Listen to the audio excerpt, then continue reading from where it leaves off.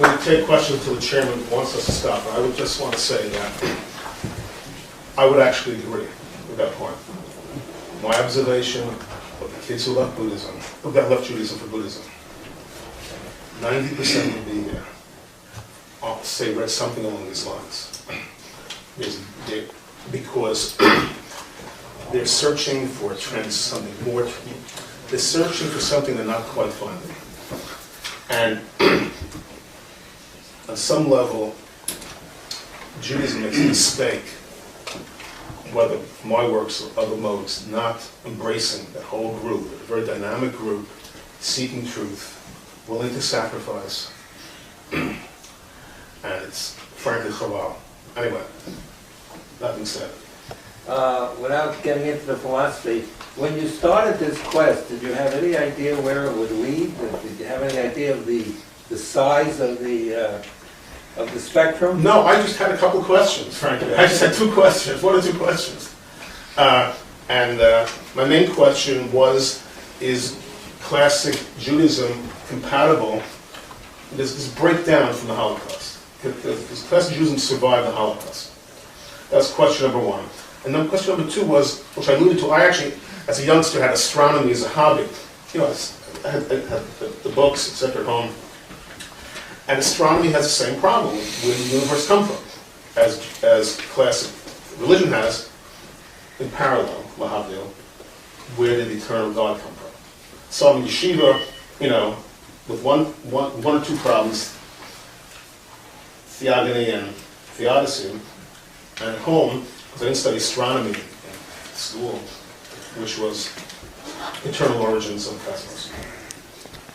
So I didn't know where it would lead, and but I did feel that I felt actually quite strongly that if you really solved any one of these, you would solve all of them.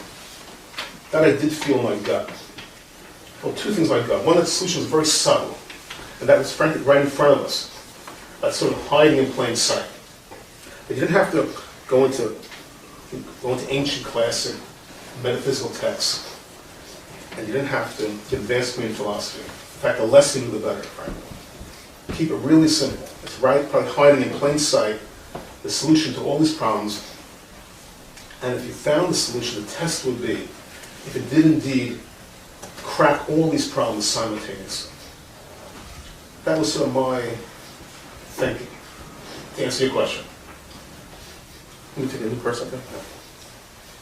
The question is, have you thought about expressing this concept in a mathematical formulation? No, I'm not able to, but I wrote that there's a whole field of fractals, which I think, you know, if people so choose down the road, I think that will be an offshoot down the road. But I think that the people deal in fractals, which is iterations or repeating numbers, my gut tells me that it's identical to what I'm saying. Identical. But I don't know the field. My intuition is that it's identical. I have a 3-sentence paragraph in the book related to that. It's, again, beyond my level. They ask him. Yes, but please. Okay. And Lev, by the way, is a mathematician. So. Oh, good. One last question on cosmogony. Yeah. Louder, okay. I wonder if you came across this. So the physics view certainly has this Big Bang singularity, the beginning of the universe. I don't know if people hear you, but anyway. But there is this critical density, that if the universe has higher density than this, it will eventually contract back to the singularity. Some people say. And really explode. And the modern calculations are right around this number.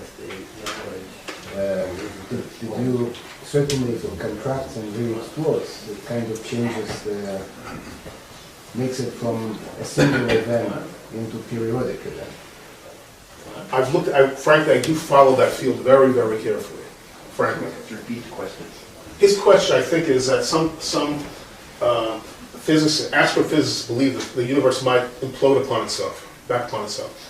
So I'm answering that I do track it very carefully. I tracked the field since I was 6 years old, the whole astrophysics field.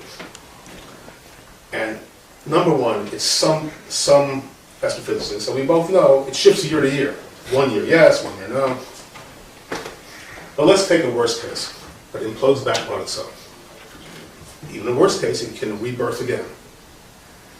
So, philosophical perspective, it doesn't bother me.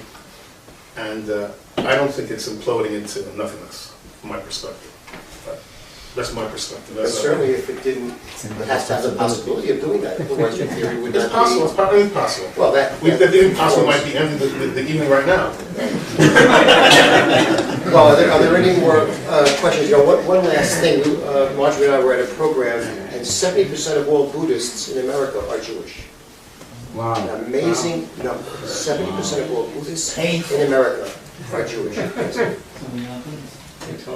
I'm not used to thinking metaphysically, but it seems to me that the word possibility, inherent impossibility, As what? inherent impossibility is conditionality and chance. It's very dynamic.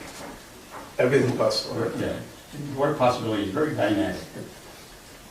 And the tension in that thing, speaking metaphysically, to equate possibility with its dynamism that's inherent in it with eternity, seems to me, again I'm speaking metaphysically, the tension would be too great for them to exist together. You spoke of this eternity, which was preconditioned by possibility, of existing for ions and eons. Very simple, and very eons. simple, very simple. Possibility is a very, so let's deal directly with this. This should be clear. Possibility, can possibility have always existed? Let me ask you that question. Is it possible that possibility always existed? I don't know. Okay. Is there anything more likely to have always existed than possibility? I haven't thought about it enough to be able to. Okay.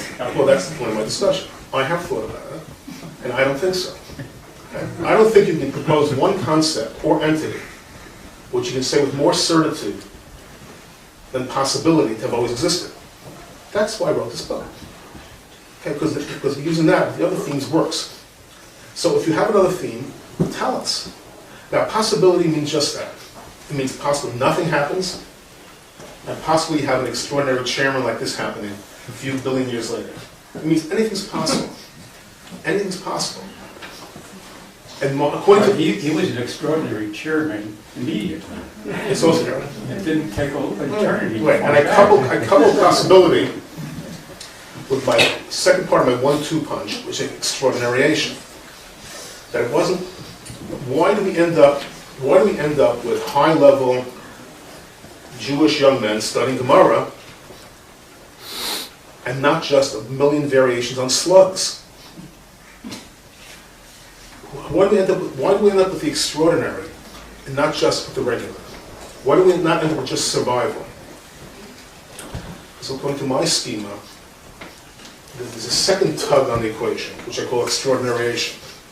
And possibility is vectoring towards extraordinariation.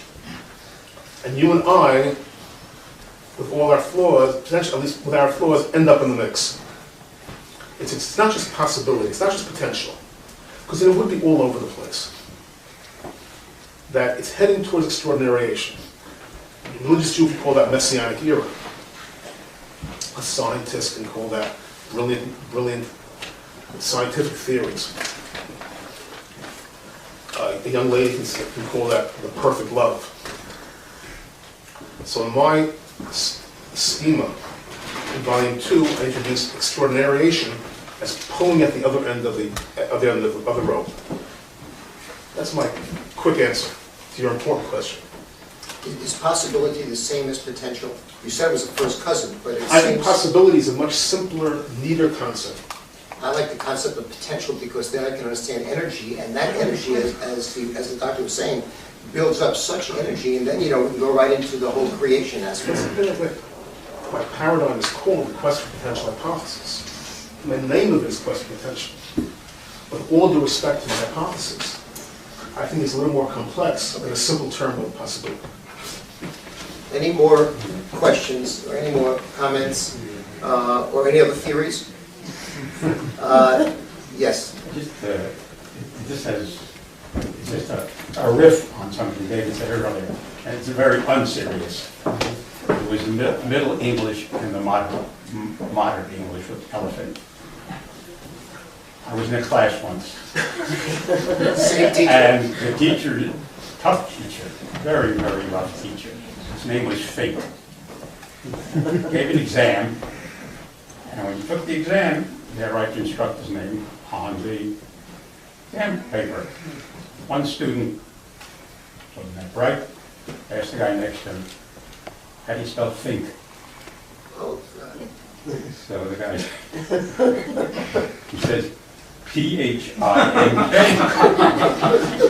And the guy writes P-H-I-N-K. And Fink is a really rough guy. Comes the next class, Fink walks into the papers, where's so-and-so? Like, where's Callahan, you know? How do you spell Fink? P-H-I-N-Q. Look at you, dummy, spelled P-H-I-N-Q-U-E. I want to thank, first of all, of course, David for being here. I want to thank Dan for being here.